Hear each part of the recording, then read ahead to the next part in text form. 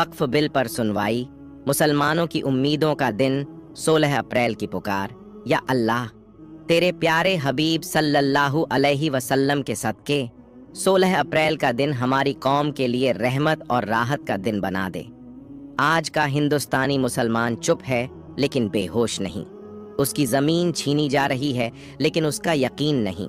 उसकी मस्जिदें गिराई जा रही हैं लेकिन उसका सजदा नहीं टूटा। उसके मदरसों को बदनाम किया जा रहा है लेकिन उसके बच्चों की आंखों में कुरान की रोशनी अब भी बाकी है।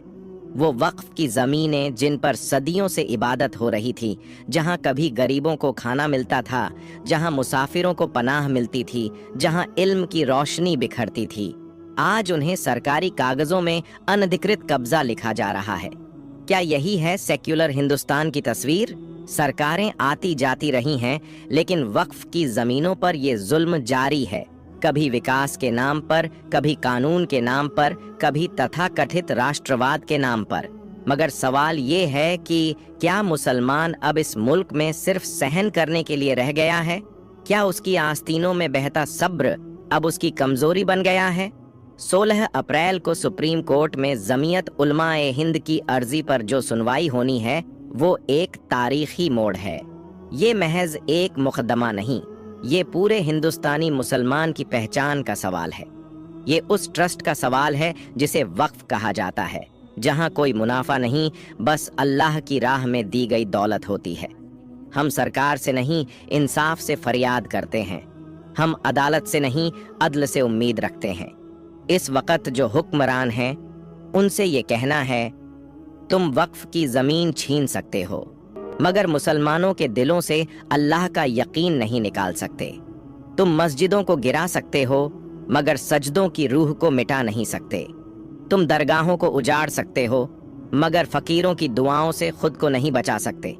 आज अगर मुसलमानों की वक्फ की जमीनें सुरक्षित नहीं तो समझो कि मुल्क की सबसे बड़ी अमानत पर डाका डाला जा रहा है। ये जमीनें किसी एक कौम की नहीं बल्कि उन सब की हैं जो इंसानियत में यकीन रखते हैं, जो मोहब्बत, रहमत और इबादत में यकीन रखते हैं। ऐ हुकूमत, तुम्हारे पास कानून की ताकत है लेकिन हमारे पास उस अल्लाह की मदद है जो मजलूम की दुआ को सीधे अर्श तक पहुंचाता है। 16 अप्रैल को ये मुल्क देखेगा कि अदालतें इंसाफ देती हैं या बस बहाना बनती हैं। हमारी ये दुआ है, या रब, जिस तरह तूने हमेशा हक वालों की मदद की है उसी तरह इस बार भी अपने दीन और अपने बंदों की हिफाजत फरमा। वक्फ की जमीनों को बचा, मदरसों की रोशनी को कायम रख, मस्जिदों से अजान बुलंद रहने दे और दरगाहों से दुआ की खुशबू महकती रहे। आमीन या रब्बल आलमीन।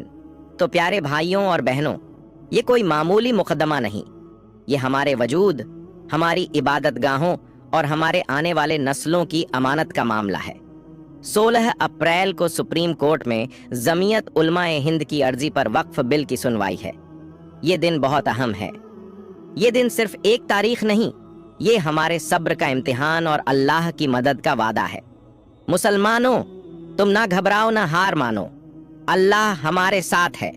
जो जमीनें उसके नाम पर दी गई हैं वो जमीनें कोई जालिम हमसे छीन नहीं सकता।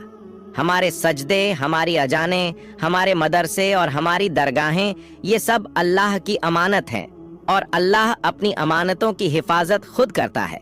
तो उठो, जागो और इस वीडियो को इतना शेयर करो कि हर कोने तक हमारी आवाज पहुंचे।